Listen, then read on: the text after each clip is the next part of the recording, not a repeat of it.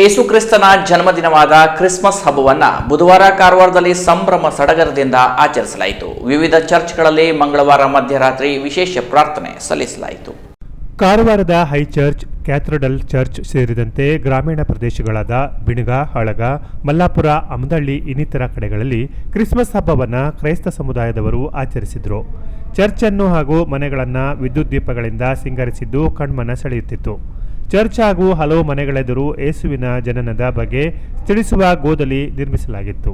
ಬುಧವಾರ ಕ್ರೈಸ್ತ ಸಮುದಾಯದವರು ಕೇಕ್ಗಳನ್ನು ನೆರೆಹೊರೆಯವರಿಗೆ, ಸ್ನೇಹಿತರಿಗೆ ನೀಡಿ ಹಬ್ಬದ ಶುಭಾಶಯ ಕೋರಿದರು. ಕಾರವಾರ ನಗರದ ಪ್ರಮುಖ ರಸ್ತೆಗಳಲ್ಲೂ ಗೋದಲಿಯ ಮೆರವಣಿಗೆ ನಡೆಯಿತು. ರ್ಯಾಲಿಯಲ್ಲಿ ಕ್ರಿಸ್ತನ ಸಂದೇಶಗಳನ್ನು ಸಾರಲಾಯಿತು. ನೂರಾರು ಜನರು ಪಾಲ್ಗೊಂಡಿದ್ದರು.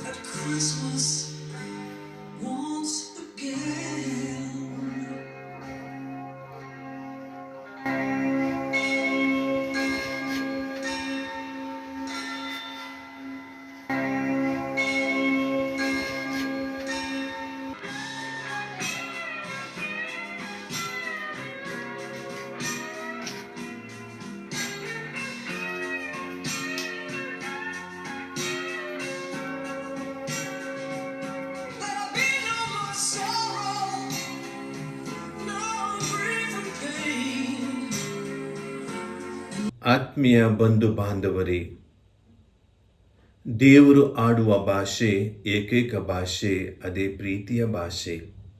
ಎಲ್ಲ ದೇಶದ, ಎಲ್ಲ ಕಾಲದ, ಎಲ್ಲ ಧರ್ಮದ ಜನರೆಲ್ಲರಿಗೂ ಅರ್ಥವಾಗುವಂಥ ಭಾಷೆ ಈ ಪ್ರೀತಿಯ ಭಾಷೆ. ಆದ್ದರಿಂದಲೇ ದೇವರು ತಮ್ಮ ಏಕಮಾತ್ರ ಪುತ್ರರನ್ನು ಈ ಧರೆಗೆ ಕಳುಹಿಸಿದರು.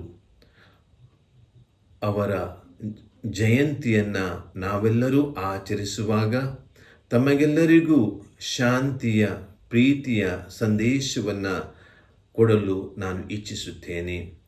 ಆ ಪ್ರಭು ಯೇಸು ಕ್ರಿಸ್ತರ ಶಾಂತಿ, ಪ್ರೀತಿ ನಿಮ್ಮ ತನು ಮನಗಳಲ್ಲಿ ಯಾವಾಗಲೂ ಅದು ನಿರಂತರವಾಗಿ ಇರಬೇಕೆಂದು ನಾನು ಆಶಿಸುತ್ತೇನೆ.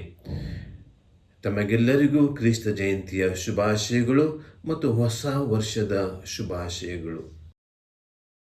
Canara plus news, Karwar.